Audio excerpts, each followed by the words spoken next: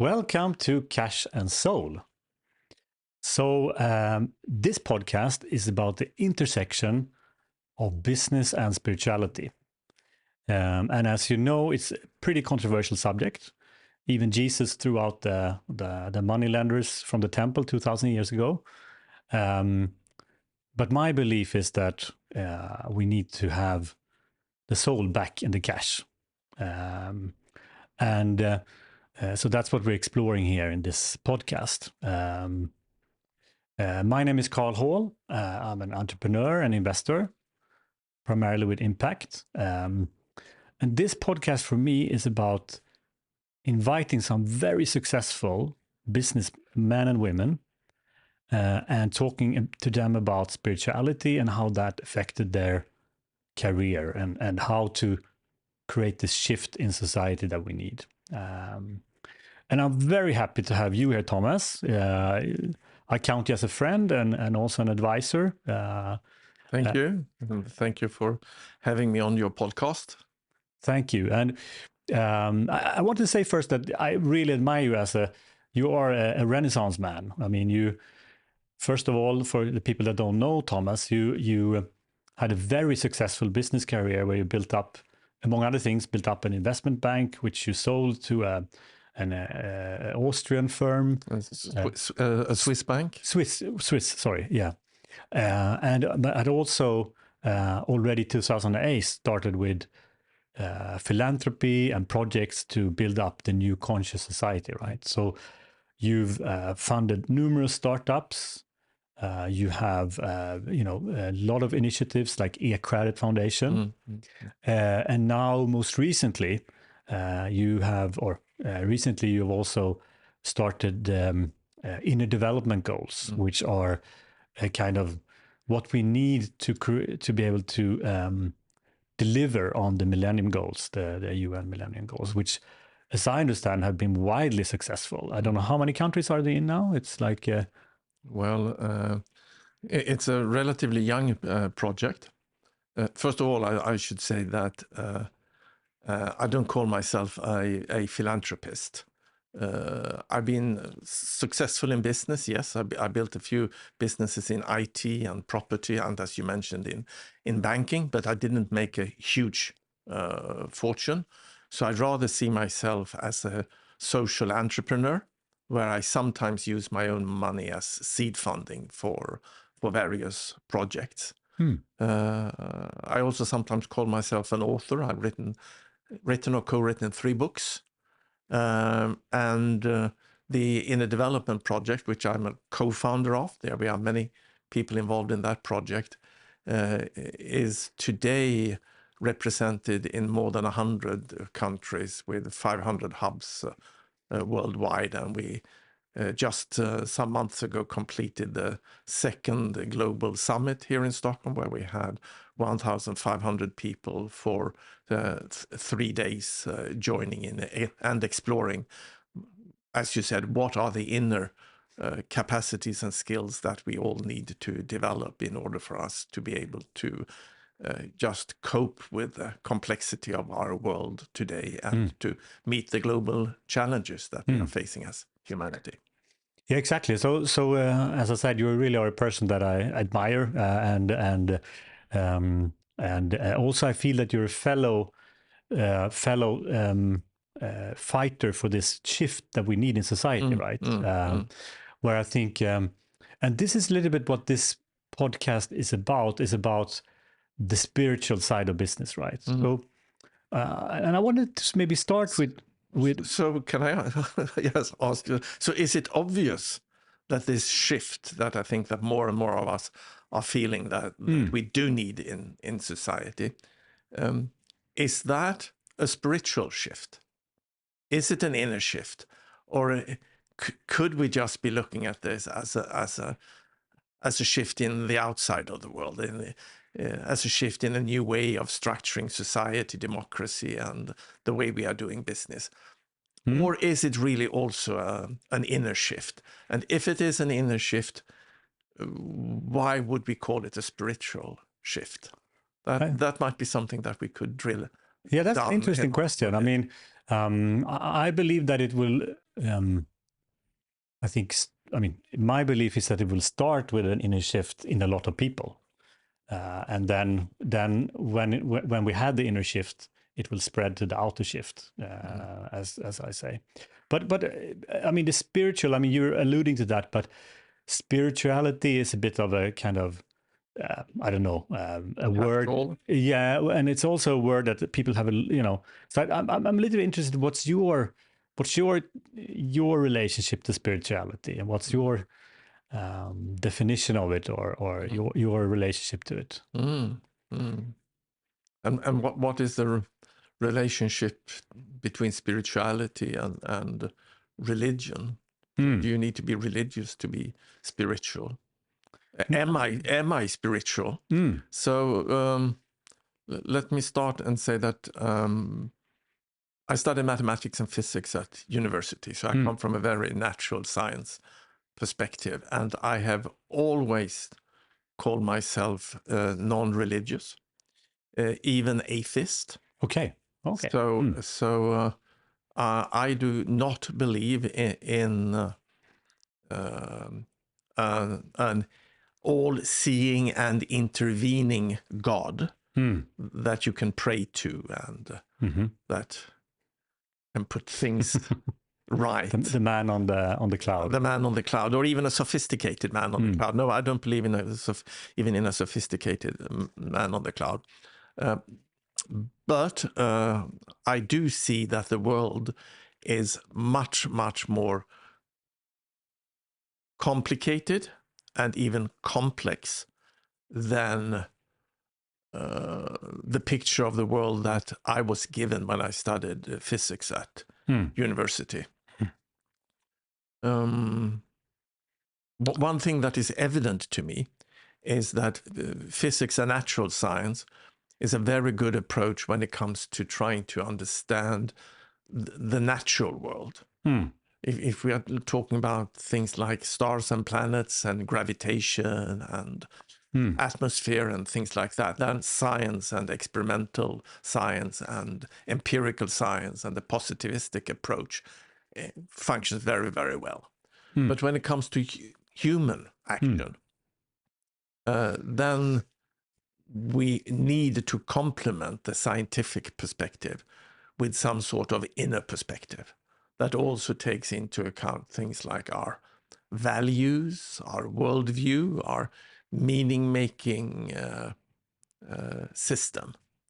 And it might even need to take into account what we call consciousness. And by consciousness, I mean not just the content of our mind, but really our mind's ability to handle both cognitive and emotional complexity.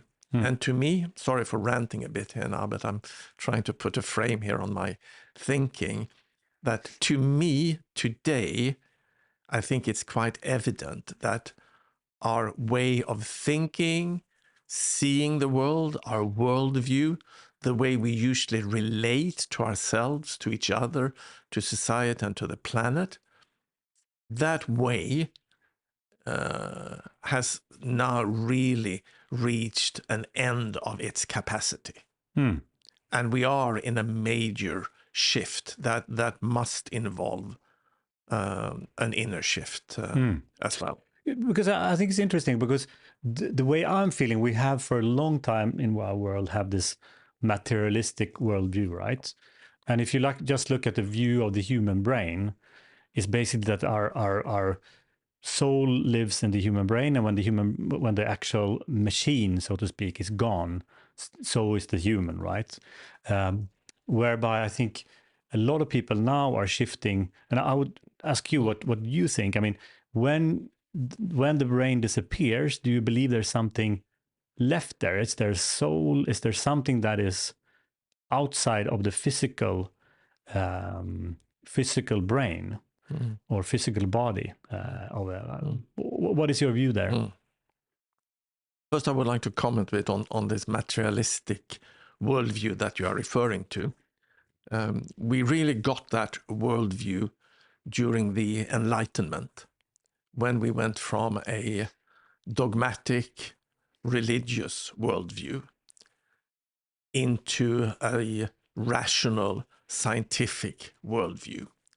And that worldview focused very much on the outside world, what is measurable and predictable. And that worldview has been very successful for us humans. And I think we need to really, really acknowledge that, because that worldview, the Enlightenment worldview, has given us everything like modern medicine, human rights, democracy, and all the things that we would never want to be without. So we should really be thankful and appreciative of that worldview.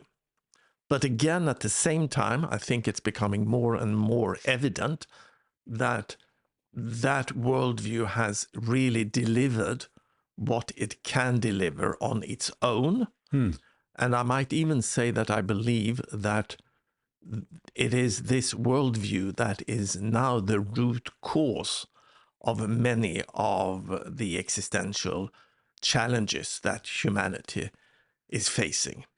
Not just the environmental crisis, but also the crisis in democracy, the crisis in understanding our world. Some people are talking about the meaning crisis, the psychological ill health, obesity crisis.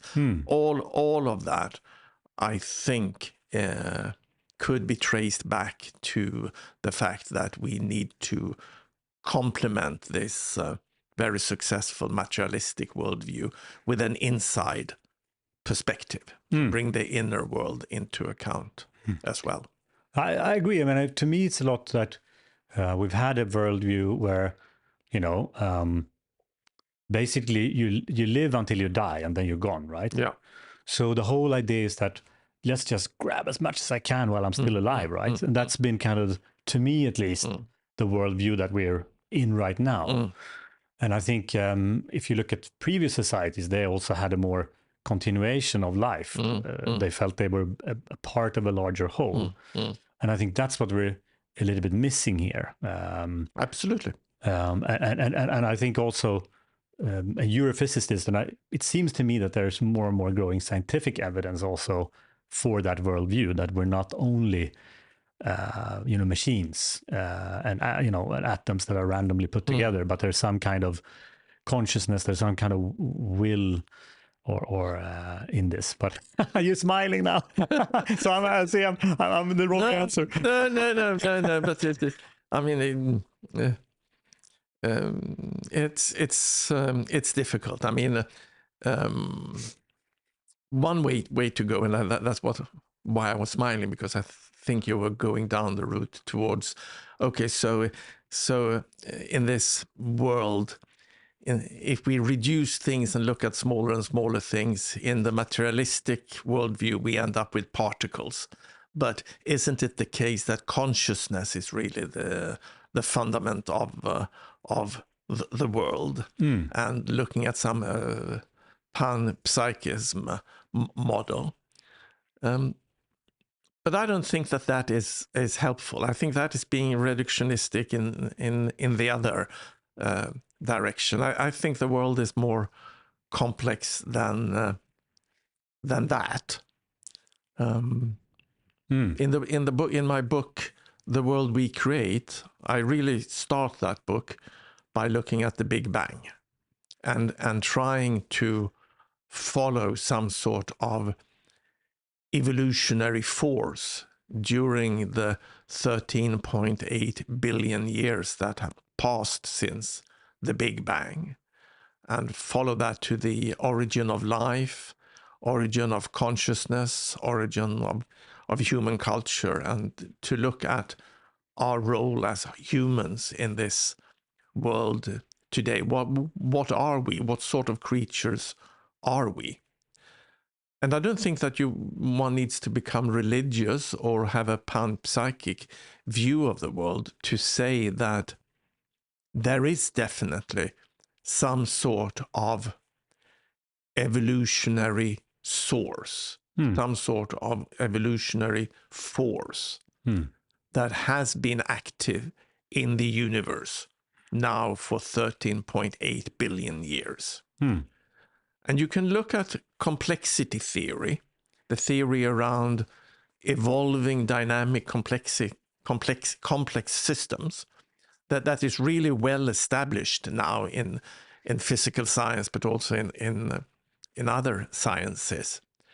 And understand that when you have a complex dynamic system that is evolving, then every now and then you come to a threshold where you have the phenomenon of emergence, meaning that this complex system suddenly self-organizes in a new way and new properties that you could not even in theory, predict before it happens, will emerge.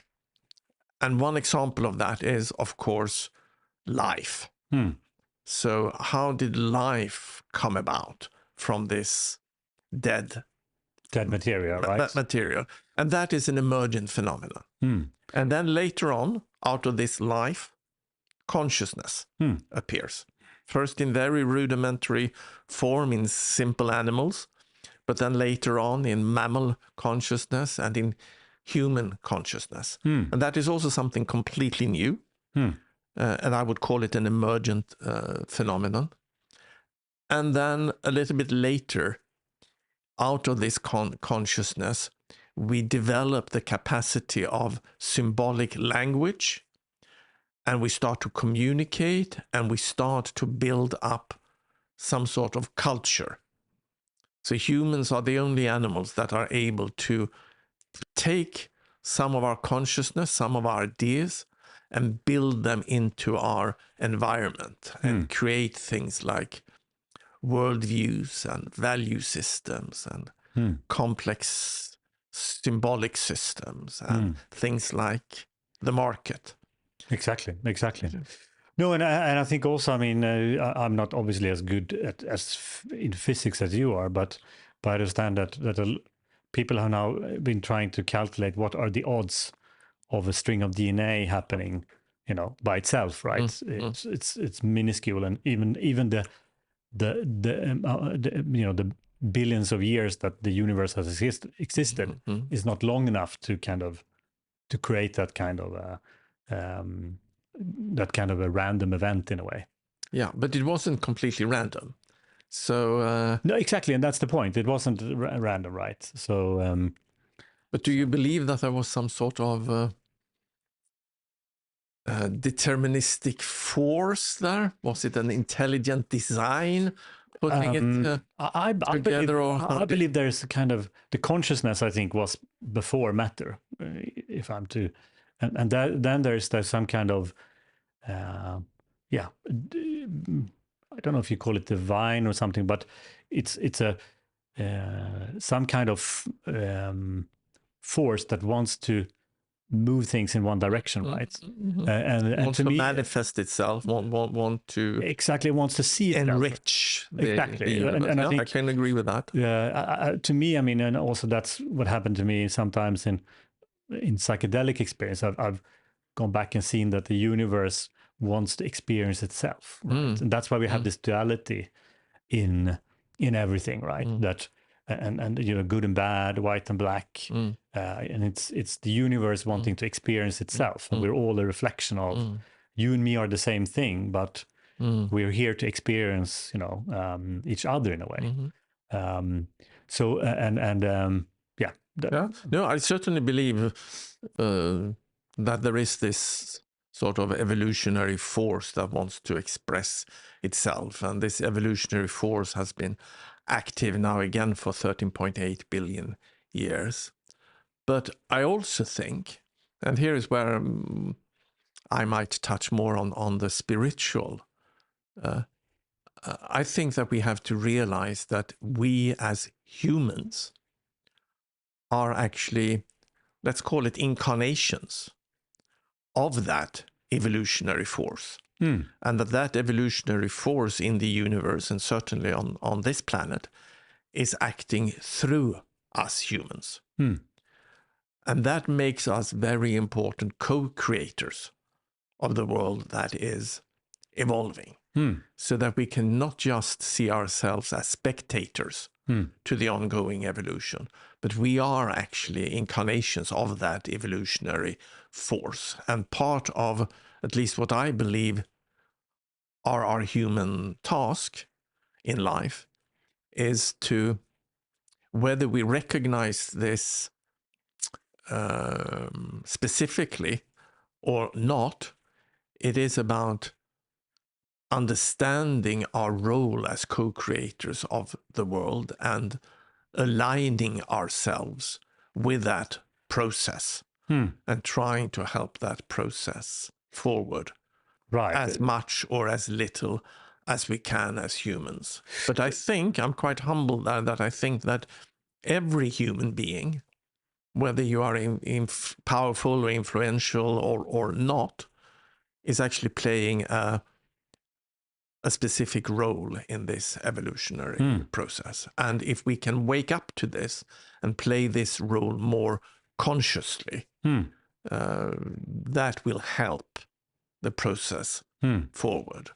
And I think, just one more thing. I think humanity is right now at a point where, in order to meet these collective challenges that we are facing, it is not just enough that some humans individually wake up to the fact that we are active co-creators of the world, but we also have to somehow collectively have this awakening. Yeah. And I do not see that happening at all. I mean, collectively, we are less awake today as humanity, or at least as a Western civilization, a Western society, than we were 50 years ago. Okay. Why are you saying that? Why is it? Why are we less? How do you measure that, or how do you? Well, again, a lot of things when we are creating this world, we can do individually as entrepreneurs or whatever we want. We have a lot of individual agency. And during the last hundreds, and certainly the last 50 years, we have generally, again in the Western world, become better and better at realizing that we have individual agency, and also increased our ability to exercise that individual agency. But some, and perhaps some of the most important aspects when it comes to creating the new world, is about forming the context, forming the system. And again, we have to recognize that, for example, the market that we mentioned is a human construct. Even the free market is a human construct and could be different.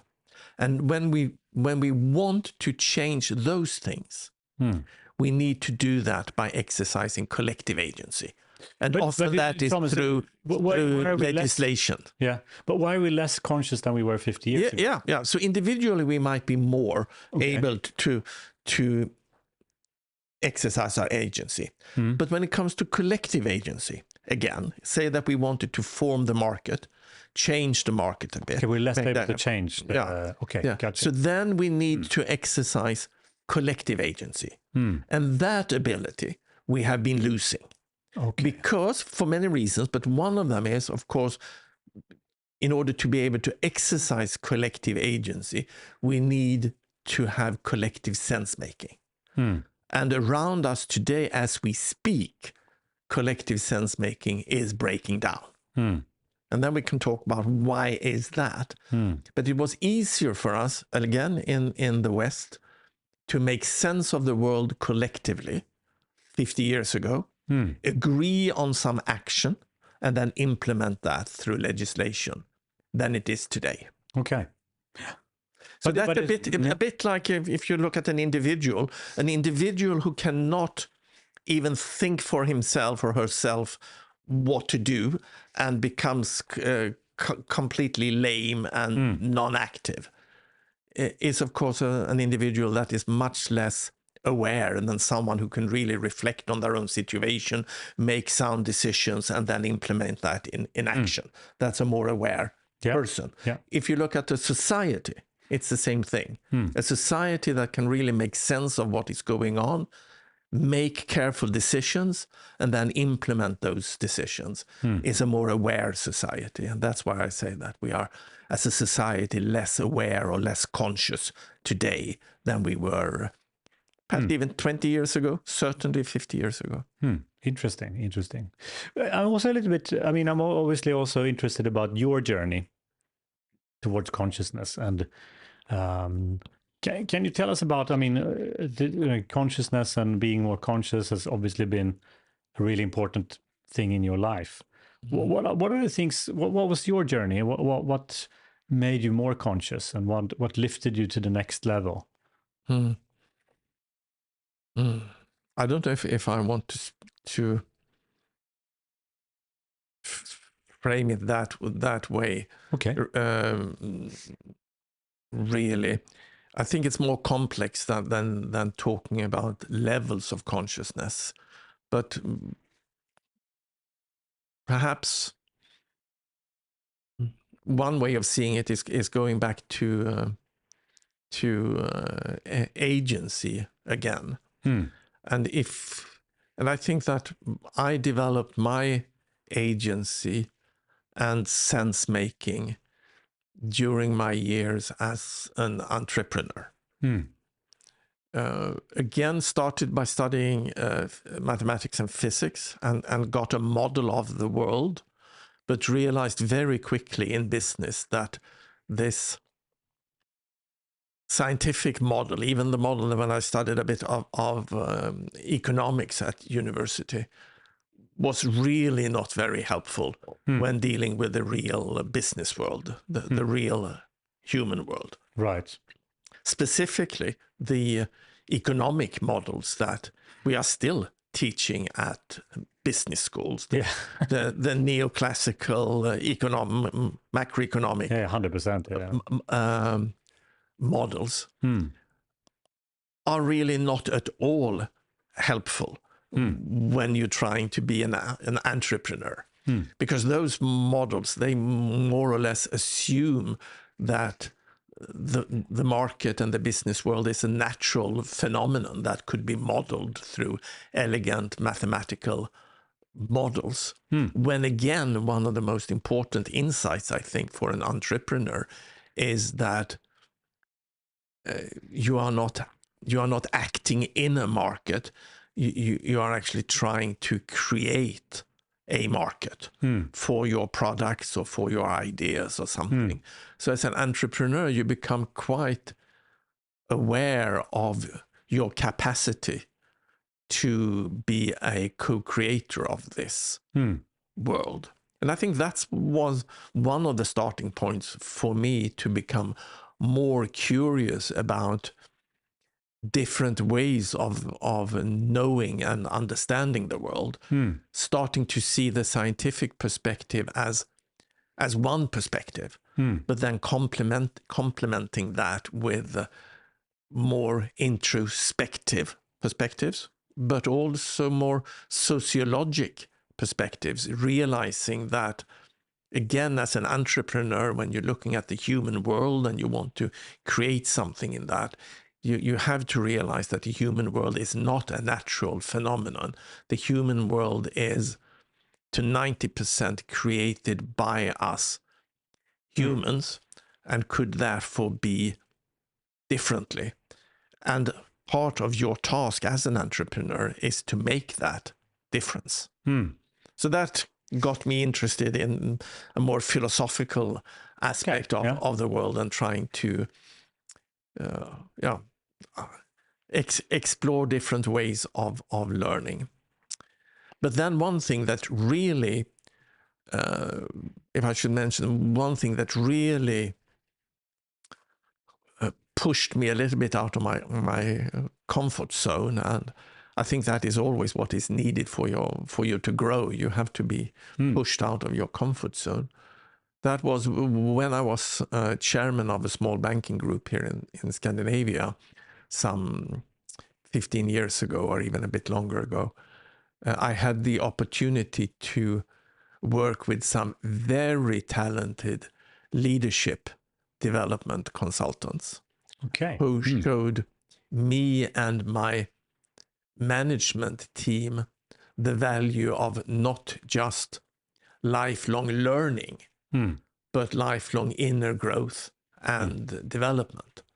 So they pointed out that there is a difference between what some people call horizontal learning, where you learn new skills and facts and things and new software program or a new language or something like that, which is, of course, very necessary in a rapidly moving world, that we have horizontal learning. But then we also have the vertical development, that it's more about developing your inner capacities to handle both cognitive and emotional complexity. And what happened to you when you you reached a new level? I mean, what would you say? What was the change in your life when you kind of reached a new level of consciousness? Again, I wouldn't call it level, because in many ways we have many dimensions in ourselves that we can develop. So you can speak about your cognitive abilities, your emotional abilities, your abilities for self-reflection and self-understanding, your ability to relate, your relational intelligence, if you want to call it that. But overall, what I noticed and what we noticed in the management team was that through these programs, which these consultants called leadership development program, which I today would perhaps call personal development programs or inner development programs. But back then, had they sold it to us as inner development, we wouldn't have bought it. We wouldn't have bought it. So I think that's probably still the case. Yeah, right. So leadership development was a better framing for us. But we certainly noticed that not just we became better at emotionally and cognitively handle the complexity of business. We became better at functioning in a highly complex business environment. But also this had benefits on us privately. As humans, As humans. I certainly noticed that in my family life and in my private life. And also, I think that it, for me, shifted or expanded my focus, or again, expanded my awareness a bit beyond the immediate needs of business and of what my company and my family needed, to expand my awareness of the needs of society and the larger world, and perhaps a bit further on also future generations. And I think that is perhaps the most important part of, we call it consciousness development. It is expanding your circles of care or circles of belonging. Yeah, that's interesting. I mean, because we have about 10 minutes left of the program, and it's actually two more issues I'd like to cover in a way. And the first one is, I thought it was really interesting that you said that we're probably less conscious now than we were as a society. Our collective consciousness is less than 50 years ago. So my first question is, what again, in the Western world, I'm talking about Northern Europe, Northern America. Okay, yeah. I can't say anything about the rest of the world. Right. No. But my question is, what do we need to do to kind of reverse? What can we do to kind of get the needle to move in the? Because obviously we need to get more conscious, right? Otherwise we won't survive as a race, right? We know how to solve the climate crisis, but we're not doing it, right? We have the technology, we have the money to do it, but we're not doing it. So what do we need to do to get us moving in the right direction in terms of consciousness? Yeah. So I think in order for us to develop this ability of collective sense making and collective agency, we need to look at least three different areas. where one is our individual capacity to navigate this world that is, compared to 50 years ago, much, much more complex, both cognitively and emotionally. Yeah. So it demands more of us as individuals to be able to hold and navigate this. And even though the school system is teaching us a lot of new things today, it doesn't really focus on developing those capacities that we need for that. So many of us feel more or less in over our heads today. We are not making sense. And then a very natural human reaction to such a situation is to look for an external authority to guide us. It could be a dogmatic, strong man or dogmatic religion or a strong man. And that is what we're seeing today. So part of the solution is to help, we have you as a dictator maybe, and you can help us all to develop those capacities. But then the next step is to look at the culture and our worldview and our collective meaning making. And again, we are essentially there stuck in a 200 plus year old mind frame collectively. So I think we need to update that. And that, again, is not something that we can do individually. That is something that has to be done as a society. We are in a shift where we need to adapt some sort of new, richer, more multi-perspectival worldview. And then the third aspect, that is more what I would call the structural aspects. That is looking at things like the school system, the legal system, the political system, the framework around social media and things like that. So how could we restructure those things in society and update those structures for the 21st century?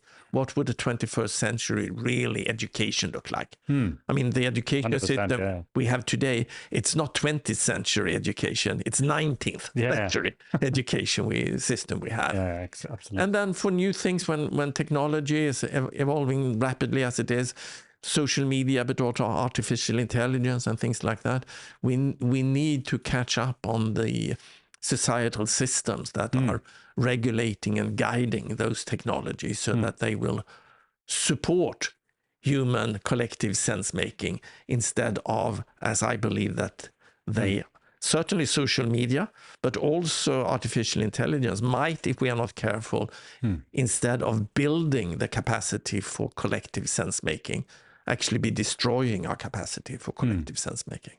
So what I'm hearing is that it's basically three levels. I mean, it's first our individual development, of course, that we need to take responsibility for. We need to also,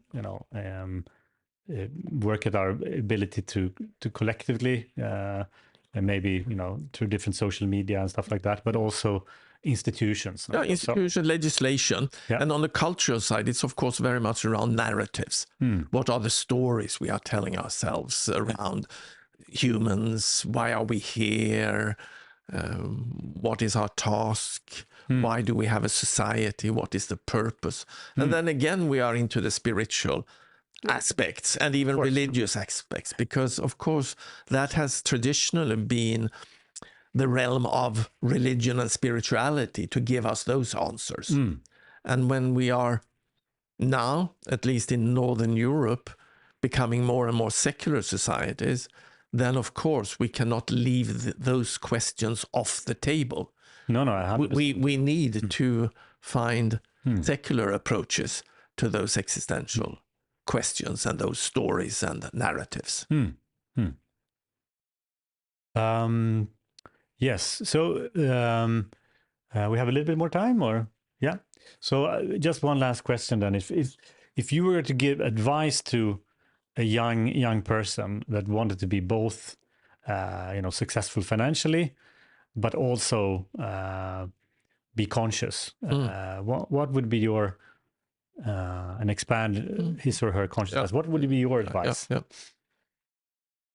Yes, and I truly believe that there is not a contradiction between being successful in business and being more conscious or more aware.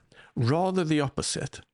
And here,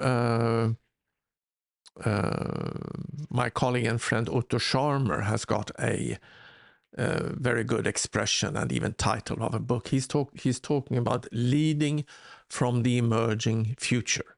Okay. And I think that you as an entrepreneur and a business person, you don't need perhaps to be an entrepreneur. You could be a business person. You can develop an ability to sense into society, sense into your environment, and perhaps even sense into the future as it emerges. And if you develop that sensibility, which you do not need to call a spiritual sensibility, but I think it is, because what you are feeling into is this ongoing evolutionary force of the universe. And if you can feel into that and align yourself with that and be a positive servant of that evolutionary impulse in the universe, then your business will be successful, and hopefully it will also do good for humanity and the planet. I think I love that. A really nice ending of this, because I can just say that myself, that was one of my big developments when I started to have this experiences 12 years ago, is the ability to have intuition and to sense where things are going. And I think that's a beautiful advice. And not just ride that, but also influence it a bit. You surf on those waves and you can make decisions, but you cannot surf against the wave. You need to identify the wave and then surf the wave. I think it's beautifully put, and I wish we actually had more time. I felt that I would have loved to have continued this conversation for much longer. And that will be for a second episode. Maybe you have to come back for a second episode. Thank you so much, Thomas. Thank you so much. It's been a pleasure. Yeah, pleasure to have you here. Thank you. Thank you.